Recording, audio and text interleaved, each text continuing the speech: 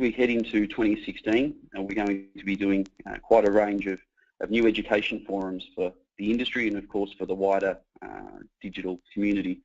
But to round out our 2015 activities, we're joined today by the Senior Director of Aftermarket at GoDaddy, Paul Nix, who wanted to share with us and talk with us today around the recent acquisition of Worldwide Media's portfolio and give us a bit of an indication from GoDaddy's perspective about predictions for the aftermarket in 2016 and beyond. So welcome to you, Paul, and please feel free to sort of tell us a little bit about yourself and your role at GoDaddy. Sure, thanks, Tony. I appreciate the meeting here. So myself, I have been with GoDaddy 8 years. I am been here entirely with the aftermarket. Actually, started on the engineering side of the world, so I'm a computer scientist and engineer by trade, and I've moved into more of a GM role over the past few years. And so, you know, been here a long time. Happy to do the aftermarket and really enjoy this this space in general and the crazy players that are part of it. Okay, well, indeed there are many crazy players. I mean, give us a sort of a sense from your perspective on GoDaddy's history in the aftermarket and your involvement in that space over the last few years. Sure. I mean, so GoDaddy started off in the aftermarket, really running a wholesale marketplace. We call TDNOM, the domain name aftermarket, and this is call it 8 or 9 years ago. And the intent of that was to service our domain investor clientele with with the wholesale marketplace, the expired domain names that weren't being renewed by our customers. It created a nice wholesale market for these guys to pad their portfolios and really start the resale process. And that grew into a couple other offerings. GoDaddy Premium Listings was a popular service we have that allows sellers of domains and the domain investors to put their names for sale and actually have those domains run right into the search results on GoDaddy.com. So any small business that's looking for their domain name would have the ability via Premium Listings to see the name, see the price, purchase it, and get it into their account immediately, which is a very, very easy thing for SMBs. It removed a lot of friction in the overall sales process, and we were quite pleased with that product. And then more recently, we got into the wholesale or the distribution of domains by the acquisition of Aftermarket, and that was in late 2013. In Aftermarket, really, what we saw in that was a version of our premium listings. They had what they called the DLS, which is a fast transfer network, hooked into 8 of the top 10 registrars in the world, where it was the same experience whether you're buying from, say a Network Solutions or a NENOM. You'd be able to, a small business owner would be able to view a name in the inventory, purchase it, have it transferred into their account immediately via this fast transfer network. Removed a lot of friction from the process, and that's really what we saw and loved about that, is it removed friction from an otherwise fairly tedious and manual process. And we've just been building on top of that for a while now. The Aftermarket team has come over, and we've got an office out in Cambridge where those guys are all set up, and they are now the GoDaddy Aftermarket. So it's interesting. In terms of Aftermarket, I know that was a reasonably well-publicized acquisition. From GoDaddy's perspective, what were the drivers of acquiring Aftermarket? Well, as I said, the biggest thing was simply we found that they had done a lot of work on building up this Aftermarket DLS network that just made it easy to buy domains. The biggest problem that we had seen in the aftermarket is you've got the negotiation between a professional, typically domain seller, and a novice, typically a small business owner, and that can add a lot of stress to a process for a small business owner. And then the transfer process. If you're going between 2 different registrars, the transfer process can take several days. It has confusing steps. It relies on a series of emails and really manual processes. And the DLS fast transfer network really did a very good job of connecting registrars together, and really, the DLS acts almost as a registry of aftermarket inventory, where the registrars are just calling in, seeing if it's available. If it is, all the calls are automated to move the name from the seller to the buyer. Nobody really has to touch anything, and it happens instantly. And it's just a very smooth and elegant process that we liked quite a bit. So that was the real driver for the acquisition. Of course, we treated it as almost an acqui-hire as well, and we ended up with a fantastic team of industry experts that really helped us set out our plans and our thoughts for the future on this. And so the impact of all of this, I mean, a couple of years on now with in terms of with the customer base, what's been the impact to your business in terms of the acquisition? Yeah, I think that so far we're loving the acquisition. We've got good, strong growth out of there, and we are really hoping that that the innovation coming from the team of experts out there is propelling us forward. We're going to be got new products coming out that we're going to hopefully have fun with. So we're really just getting in the flow of now being the largest aftermarket in the world with GoDaddy and Afternet combined. And we have many more touch points now to both our SMB customers and our domain investor customers. So just having all those sides of the equation as far as the buyers and the sellers put together and all in one nice little package in the DLS, it's helped us to understand what the needs are on both sides and really portray our products in that various ways. So that's an interesting point. So in terms of the traditional first domain purchase activity for a GoDaddy customer and the aftermarket, how do you blend those two things together from a marketing perspective and also from a digital perspective within the homepage? Well, the biggest thing, we want to make sure that the buyers, so when somebody's coming in, going to GoDaddy.com, looking for a domain name, we want to make sure we show them all possible inventory. If you're making a large decision about what to call your company, which hopefully will be around for 20, 30, 40, 50, however many years, you've got to have the right domain name. And it's our mission really to make sure that the right domain for that person gets in front of them and is easy to acquire. So what we do on the GoDaddy.com side is we're fully integrated, of course, with Afternet and the Afternet DLS structure, as I just said. And so Afternet DLS, what it's doing is if the name is not available for primary registration, so it's not if it's already registered to a domain investor, per se, then we can put it right in line on a domain name search and let somebody know, yes, this name is available. It's available for a certain price plus whatever the renewal cost is per year. So we're able to be very upfront with our customers saying, this is a name that is available, it's a name available owned by somebody else, but they've put a price on it. You can buy it now, and you'll have the exact same experience if you bought that name at a buy it now price than if you had just registered one that was available for registration from the registry. So we're trying to make it as seamless as a process. And really, I mean, we don't want people to look at this and say this is a different buying experience. That just adds friction. We want to make sure that people understand these are the names that are available to me. We're spinning these names so we can make sure that they see these are the names that are similar to ones I'm looking at if maybe the one I'm looking at is not available. And we're making sure the aftermarket inventory shows up in those similarity spends as well. So we're just trying to make it as seamless as possible on the GoDaddy.com side because it's the GoDaddy.com mission really to make sure that we get the right name in the hands of the right people. And that name can be aftermarket or it can be primary. Okay, that's great. It sounds as though the end user experience is not really designed to feel that. They're in the business of acquiring a great domain name or in the process of acquiring a great domain name for their business. And whether it's an aftermarket name or a first purchase, you're really just trying to make that a seamless customer experience. Is that a fair summary? Yeah, I think so.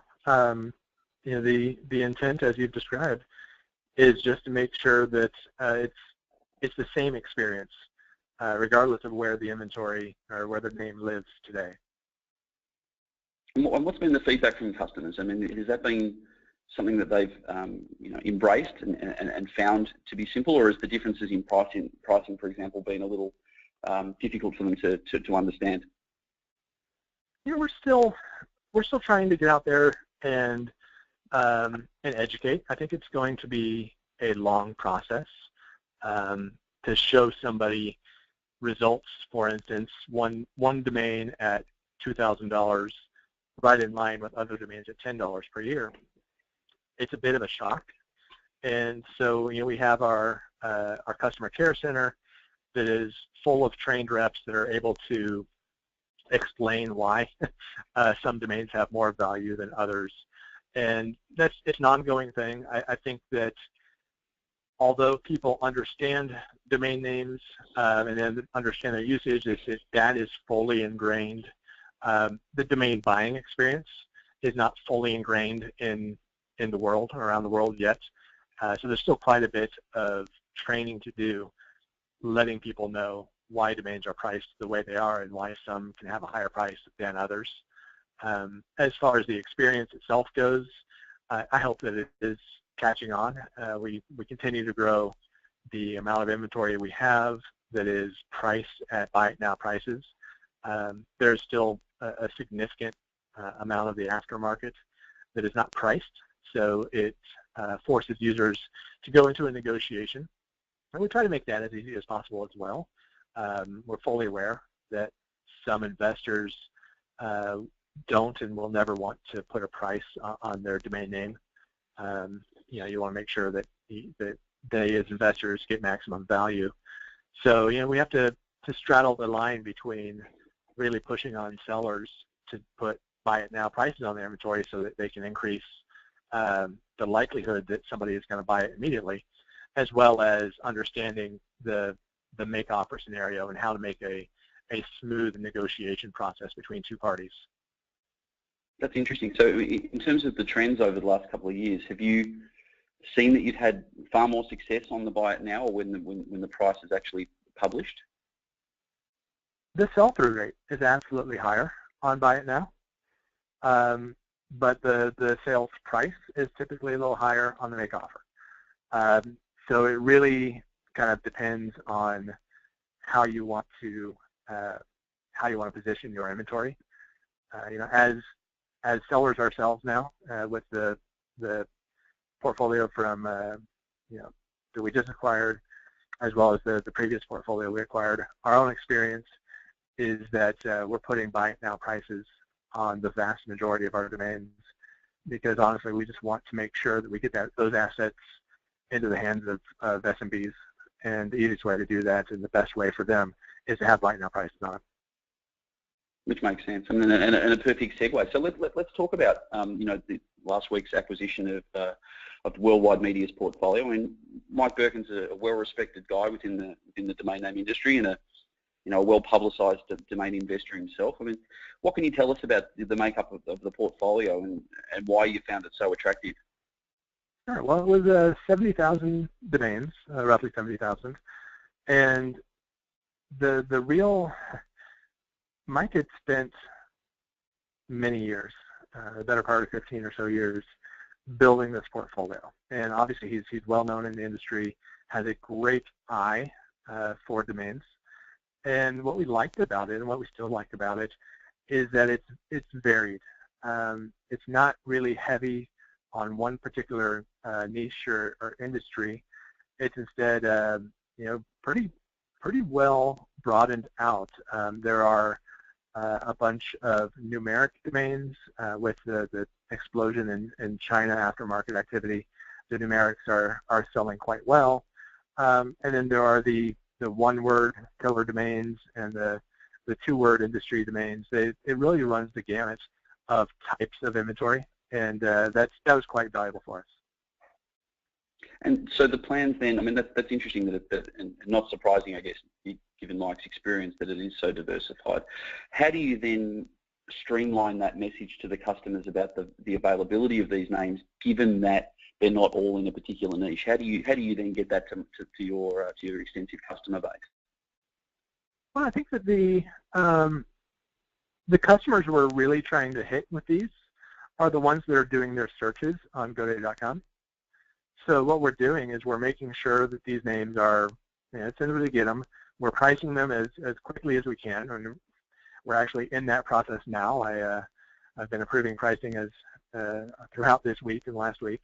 So really what we're trying to do is get buy it now prices on these names and get them distributed into the Aftermarket network so that they show up on GoDaddy.com when somebody is typing the name. That's our ideal path there. Now we do have quite a bit of investor to investor buying as well. So there are people that are taking a chance on, say, the numeric domains, and they'll acquire from us and help to resell them later.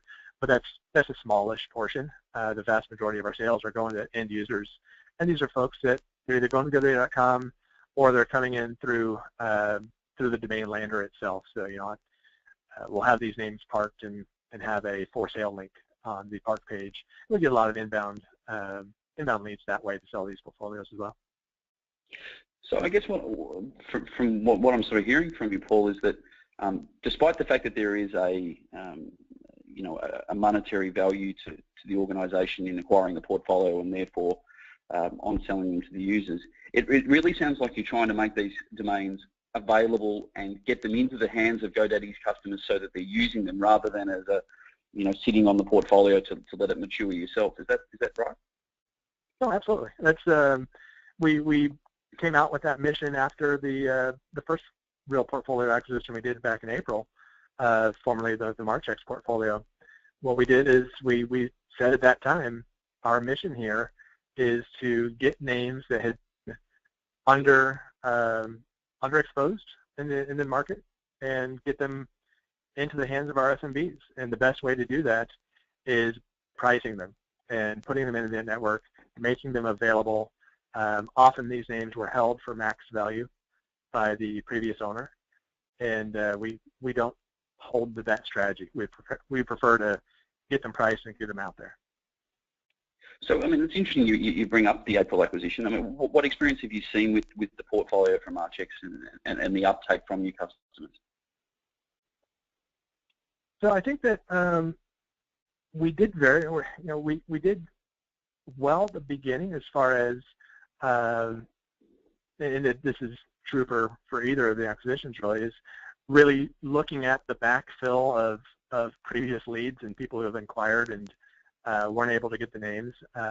So we've gone through those now with the Marchex portfolio, and now we're just working on a more steady and organic lead stream of people either buying through GoDaddy or coming through the park page links to get a more steady state of leads coming in.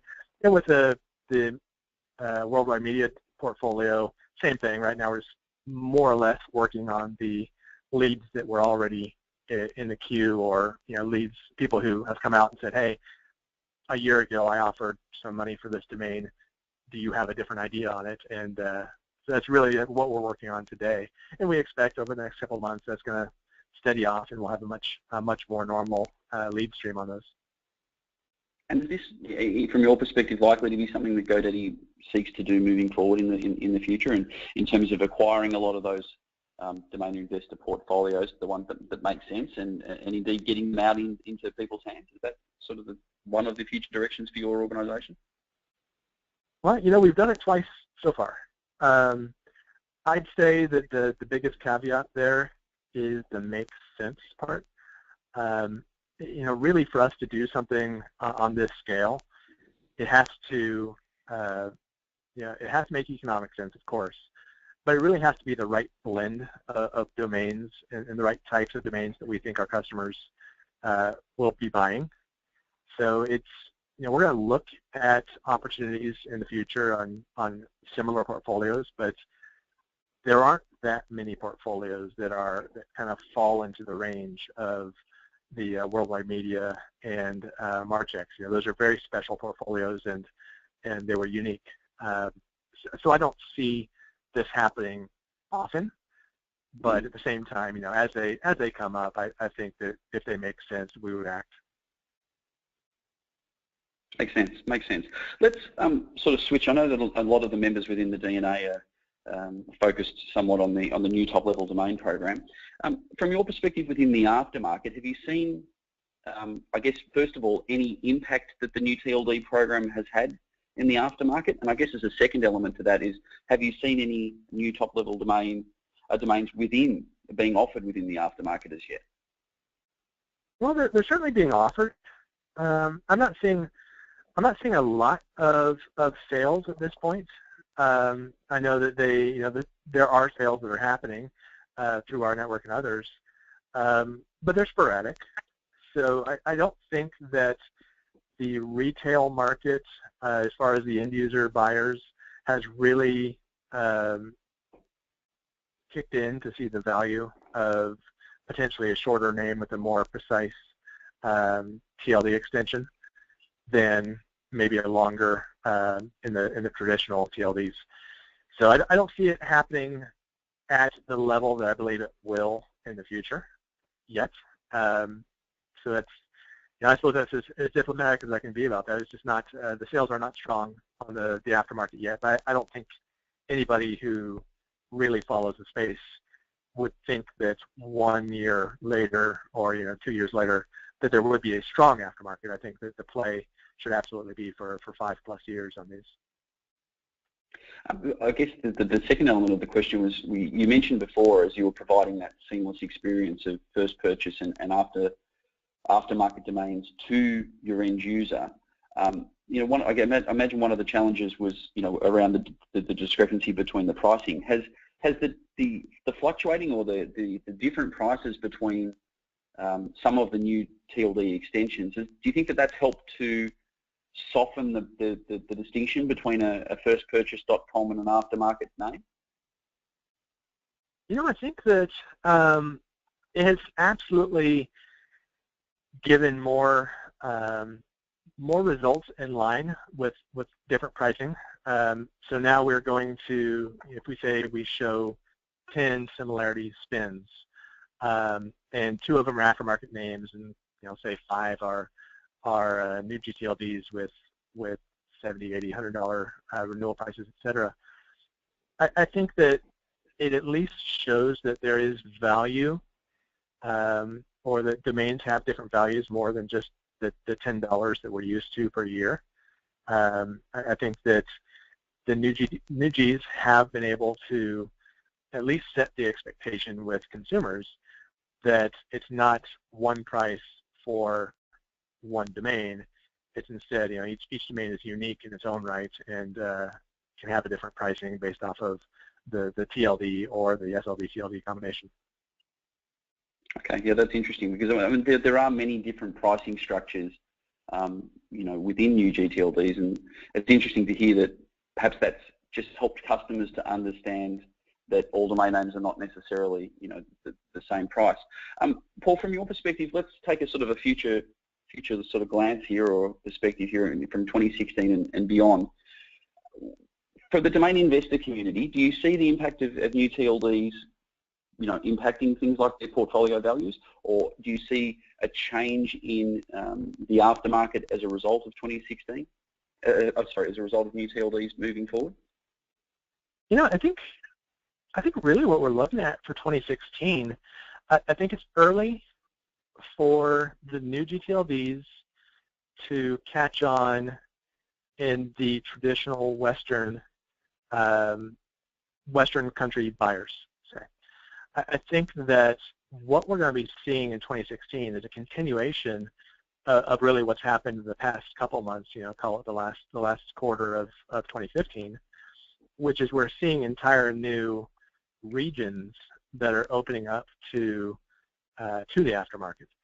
So you've got China, which is the big story of the past couple months, becoming big players, and I expect that to expand, and I expect other regions, India, etc., to really pop up and make their presence felt on the internet and in the aftermarket as the years go on.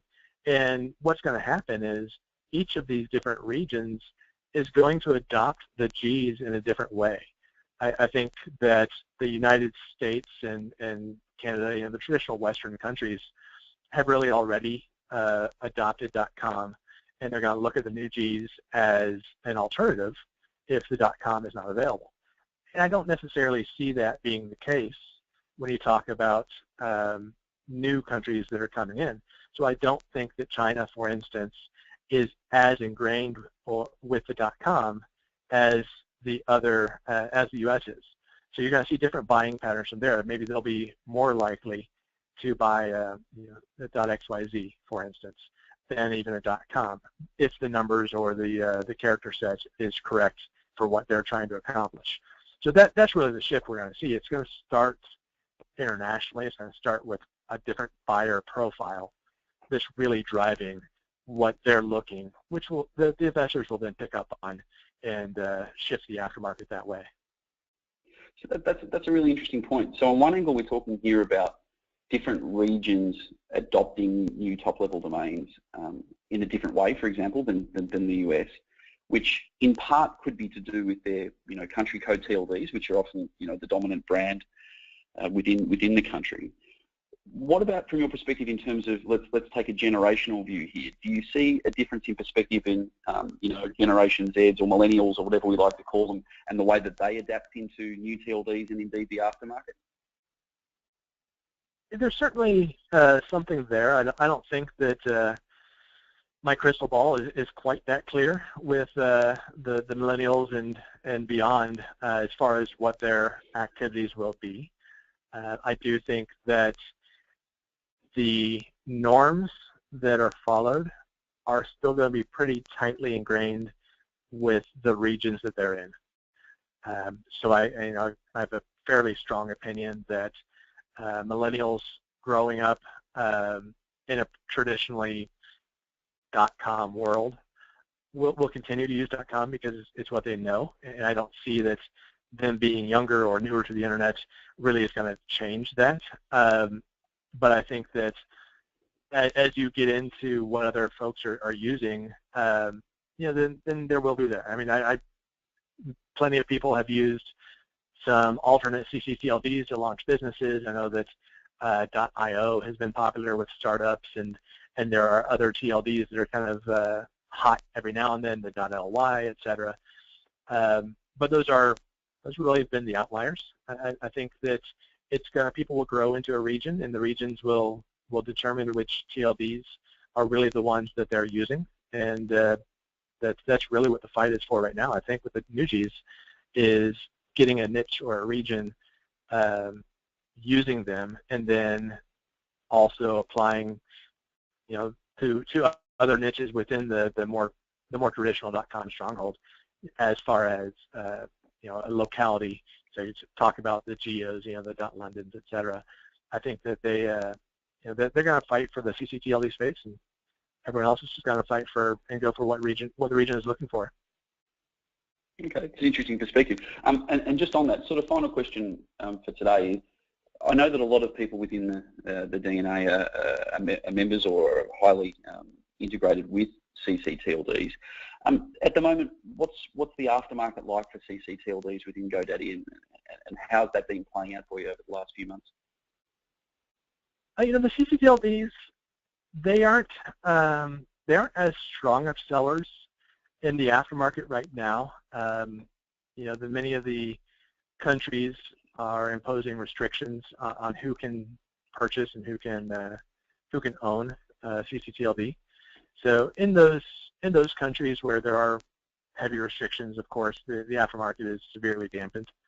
As far as some of the others, I think that .ca does a pretty good job as far as, they sell pretty well because the usage is good in Canada of .ca. I think that .de's sell well because the usage of businesses in Germany is good with .de. .com.au is another one that sells fairly well. So I think that if the country has really worked with the small businesses to use their ccTLD, then the aftermarket is strong. But that's a pretty small percentage of the overall ccTLD network. Yeah, okay, that's really interesting. Paul, thank you so much for joining us today with the DNA University. Firstly, because it's incredible insight and wonderful to have your experience within the aftermarket. I mean, for a number of folks, the aftermarket is something that they're not completely up to speed with, but it is an enormous part of our industry and a vital one. So thanks again for your time today, and congratulations on the acquisition of the worldwide media portfolio. I think it's going to be a fantastic thing for GoDaddy and indeed for your customers in terms of getting access to such great domain names. Well, thank you, Tony. I appreciate the opportunity, and we're really having fun with it so far, so I hope it continues. I'm sure it will. Thanks so much. And for those that are listening to today's podcast, you know, the DNA University is continuing to drive forward in 2016. We've got a number of initiatives, some great interviews, some great content that we'll be publishing for our members and, of course, for the wider internet community. So I invite you to continue to watch the space within the DNA.org website for the DNA University content. And if you happen to be joining us at NamesCon for the Las Vegas event, it's going to be a fantastic one. We've got a number of DNA initiatives, including a live sort of seminar of sorts with the DNA University and a number of industry experts, forecasting what we see as 2016 going to be a fantastic year for the domain name industry. But until we see you in Las Vegas or in 2016, happy holidays wherever you may be around the world, and thanks again on behalf of the DNA.